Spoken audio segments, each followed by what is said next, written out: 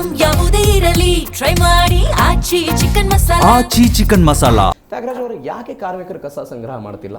ಏನು ಸಮಸ್ಯೆ ಆಗ್ತಿದೆ ಸರ್? ನಮ್ಮ BBMP ಹ್ಯಾಂಡ್ ಓವರಲ್ಲಿ ಇರಬೇಕಾದ್ರೆ ಏನು ಒಟ್ಟಾರೆ ಬೃಹತ್ ಬೆಂಗಳೂರು ಮಹಾನಗರ ಪಾಲಿಕೆ ಅಂತ ಇರಬೇಕಾದ್ರೆ ಒಂದು ಹಂತಕ್ಕೆ ಸರಿಯಾದಂಥ ರೀತಿಯಲ್ಲಿ ಘನತ್ಯಾಜ್ಯ ವಿಲೇವಾರಿ ಸರಿಯಾಗಿ ನಡೀತಾ ಇತ್ತು.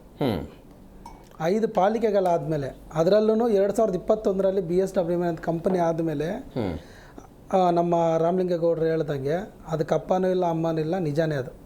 ಯಾಕಂದರೆ ಬಂದಿರೋಂಥ IAS ಅಧಿಕಾರಿಗಳೆಲ್ಲ ಘನತ್ಯಾಜ್ಯ ವಿಭಾಗ ಸಂಬಂಧಪಟ್ಟಿರೋ ಒಂದು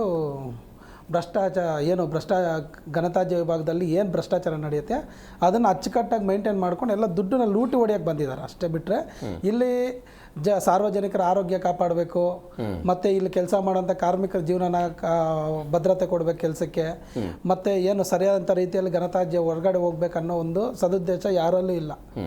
ಬಂದಿದ್ದಾರೆ, ಏನೋ ಕಾಟಾಚಾರಕ್ಕೆ ಕೆಲಸ ಮಾಡ್ತಾಯಿದ್ದೀರಿ.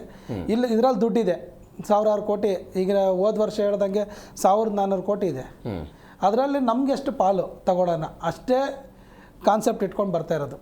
ಅಷ್ಟು ಬಿಟ್ಟರೆ ಇಲ್ಲಿ ಯಾವುದೇ ರೀತಿಯೂ ಸಾಮಾಜಿಕವಾಗಿ ಅವ್ರಿಗೆ ಯಾವುದೇ ರೀತಿಯೂ ಒಳ್ಳೆ ಯೋಚನೆ ಇಲ್ಲವೇ ಇಲ್ಲ ಯಾವ ಅಧಿಕಾರಿಗೂ.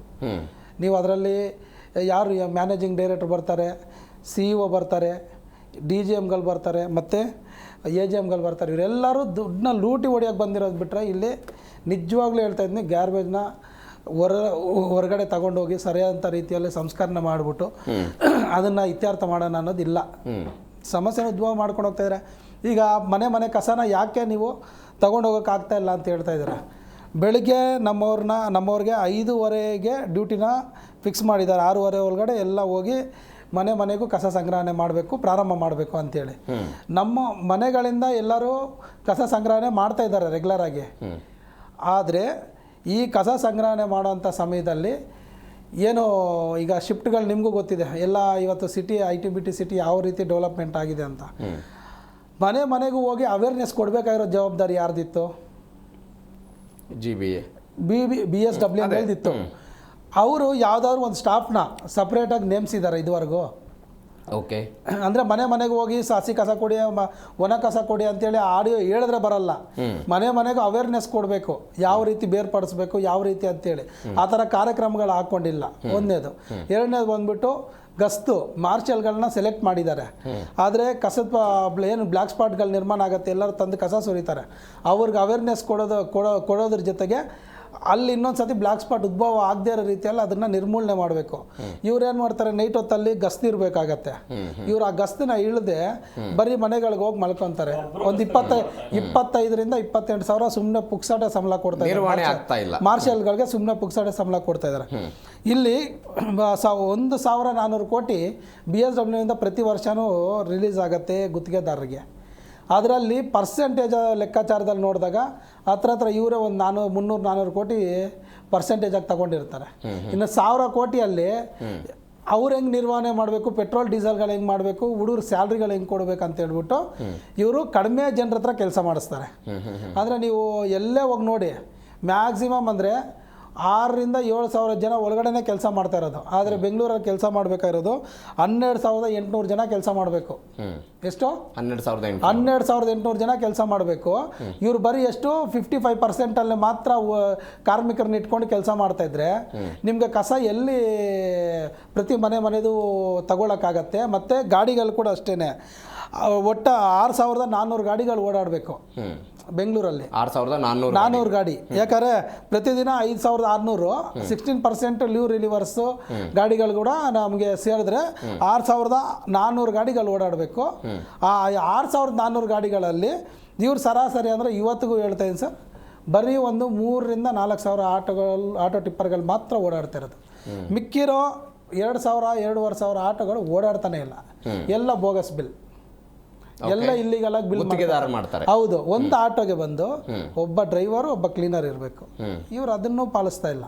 ಇನ್ನು ಅವ್ರಿಗೆ ಸರಿಯಾದಂಥ ರೀತಿಯಲ್ಲಿ ಕನಿಷ್ಠ ವೇತನ ಸ್ಯಾಲ್ರಿನ ಕೊಟ್ಟರೆ ತಾನೇ ಕಾರ್ಮಿಕರು ಕೂಡ ನಿಷ್ಠೆಯಿಂದ ಕೆಲಸ ಮಾಡೋಕ್ಕಾಗೋದು.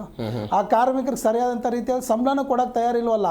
9,000ರಿಂದ 12,000 ಕೊಡ್ತಾ ಇದೆ ಅಂತ ಎಷ್ಟೋ ಡಿಬೇಟ್ಗಳಲ್ಲಿ ಲೈವಲ್ಲಿ ಹೇಳಿದಿರಿ, ಅಧಿಕಾರಿಗಳ ಗಮನಕ್ಕೂ ತಂದಿದ್ದೀರಿ. ಆ ಕಡಿಮೆ ಅವ್ರು ಕಡಿಮೆ ಕೊಡ್ತಾರೆ ಸ್ಯಾಲ್ರಿ ಅಂತ ಹೇಳಿದಾಗ ಇವ್ರು ಬಿಲ್ ಕೊಡಬೇಕಾದ್ರೆ ಕಟಾವು ಮಾಡ್ತಾರೆ ಗುತ್ತಿಗೆದಾರರ ಹತ್ರ, ಪರ್ಸೆಂಟೇಜು ಹೆಚ್ಚಾಗಿ ತಗೊತಾರೆ.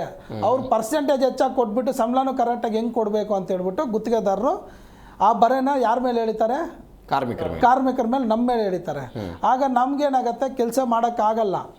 ನಮ್ಗೆ ಅವ್ರು ಕೊಡೋ ಕಡಿಮೆ ಸಂಬಳಕ್ಕೆ ನಮ್ಮ ಪ್ರಾಣನ ಒತ್ತಿಟ್ಟು ನಾವು ಕೆಲಸ ಮಾಡಿದ್ರು ಸರಿಯಾಗಿ ಕೆಲಸದ ಭದ್ರತೆ ಇಲ್ಲ ಅಂತ ಹೇಳಿದಾಗ ನಮ್ಮ ಕಾರ್ಮಿಕರು ಕೂಡ ಸ್ವಲ್ಪ ಲೇಜಿ ಆಗ್ತಾರೆ. ಅದನ್ನೇನಾದ್ರು ನ್ಯಾಯ ಕೇಳಕ್ಕೆ ಹೋದ್ರೆ ಅವ್ರ ಮೇಲೆ ದಬ್ಬಾಲಿಕೆ, ಕೆಲಸದಿಂದ ತೆಗಿಯೋದು, ಈ ರೀತಿ ದೌರ್ಜನ್ಯಗಳನ್ನ ಮಾಡ್ತಾರೆ. ಅದನ್ನ ನ್ಯಾಯ ಕೇಳಕ್ಕೆ ಅಧಿಕಾರಿಗಳು ಕೂಡ ಸಪೋರ್ಟ್ ಕೊಡಕ್ಕೆ ರೆಡಿ ಇಲ್ಲ, ಗುತ್ತಿಗೆದಾರರು ರೆಡಿ ಇಲ್ಲ. ಮಾರ್ಚ್ 23ನೇ ತಾರೀಕಿಗೆ ಏನಾಯ್ತದ ಘಟನೆ ಸರ್? ಬರೀ 2 ತಿಂಗಳು ಸ್ಯಾಲ್ರಿನ ಮಾತ್ರ ರಿಲೀಸ್ ಮಾಡೋದಕ್ಕೆ ಮಾತ್ರ ಮಾತುಕತೆ ಆಯ್ತು ಅಷ್ಟೇ ಬಿಟ್ರೆ ಗುತ್ತಿಗೆದಾರರಿಗೆ ಯಾವುದೇ ರೀತಿನೂ ಲಾಭ ಆಗಿಲ್ಲ. ಅವ್ರಿಗೆ ಲಾಭ ಆಗಿರೋ ಬರೀ 2 ತಿಂಗಳು ಸ್ಯಾಲ್ರಿ ಅಷ್ಟೇ.